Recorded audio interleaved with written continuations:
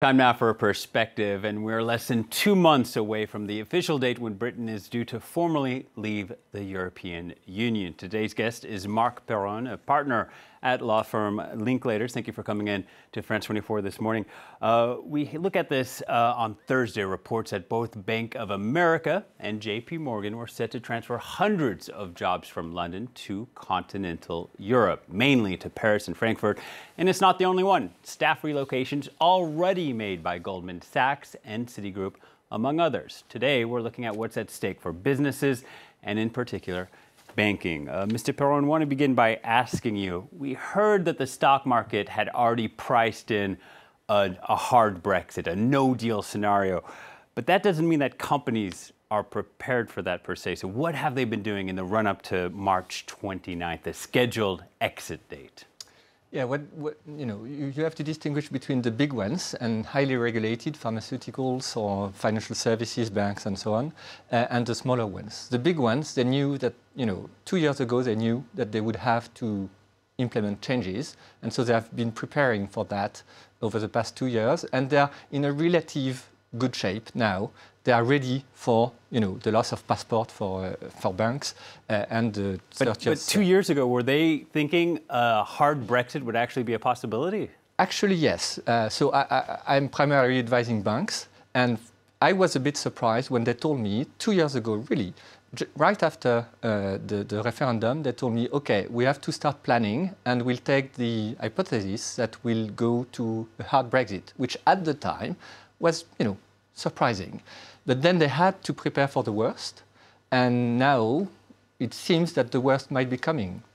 But suffice it to say that preparing for the worst and actually the worst coming, it's two different things. I know your job and many other people in the financial industry is evaluating political risk. What is it when you look at the British government's inability to agree on a deal, even the parties themselves disagree on what to do? Do we have any idea what's actually going to happen March 29th? There's talks of an extension. There's talk of a second referendum. Does anyone know? No one knows, honestly. The most probable, because no one agrees on anything else on the UK side, the most probable is a no-deal Brexit. And that's why companies cannot prepare, because they don't know how a no-deal Brexit would develop. Most governments are preparing legislation to deal with a no-deal Brexit, but in France, we still don't know what will happen.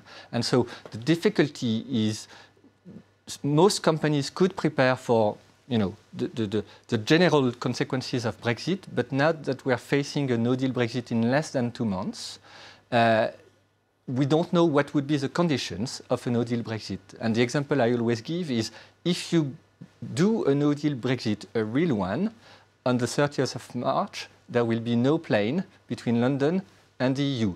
We all know that's not going to happen because it's not possible. So there will be ways of dealing with a no-deal Brexit, but we don't know which ones and what exactly they will deal with. It's unimaginable, but then again, many people might have thought the UK leaving the EU would be unimaginable in itself. Dominating the headlines recently has been the border between Northern Ireland and Ireland. But another main issue is the customs union, this group of countries that agree to apply the same tariffs to goods from outside the union. What do business leaders need to hear from the British government to be reassured? That they will find a solution, including on the Irish backstop, which everyone knows is the real issue that can't really be sorted out. Now Mrs. May is doing internal UK politics. She had to find something to unite the Tories behind her, and she found the only thing that could unite them behind her. Will go back to the EU and renegotiate. But why could they negotiate something they haven't been able to negotiate in 17 months? We know it won't happen. And so I really don't know why or how the British government or the EU political authorities could reassure business leaders, because we go straight to no-deal Brexit, and no one knows how, again, it will develop. It seems they're uncertain themselves. On Thursday, we also saw reports out of Brussels that EU officials might be willing to grant an extension to this exit date, but that they feared that British Prime Minister Theresa May wouldn't have the political courage to ask for an extension beyond June. Yeah, she was, that was voted down on Tuesday.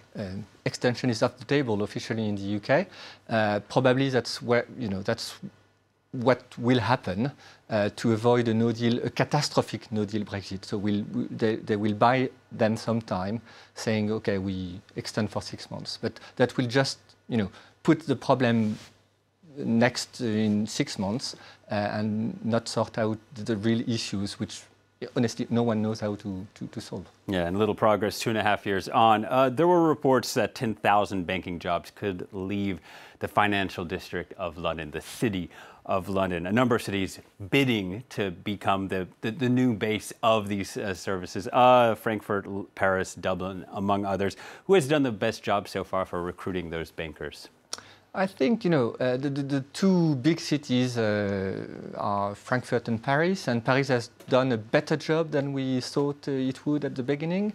Then the big idea about Brexit and its impact on financial services is that for 40 years, because the first insurance directive are 40-year-old, for 40 years we've been concentrating the financial market into the city in the UK. And what does the Brexit do to that? It just fragmented the market. The insurers went to Brussels. The asset manager went to Dublin and Luxembourg. The bankers went to Paris and Frankfurt. So everyone will benefit of the relocation. The big question, the next one, is where will the new EU city reconcentrate? That, in my view, that's what the EU government should concentrate on. Will jobs, because they won't stay everywhere in Europe. It will reconcentrate somewhere. Will it be Frankfurt? Will it be Paris? That's the next question. Uncertainty remains. Thank you very much. Yeah. Marc Perrone from Linklaters law firm.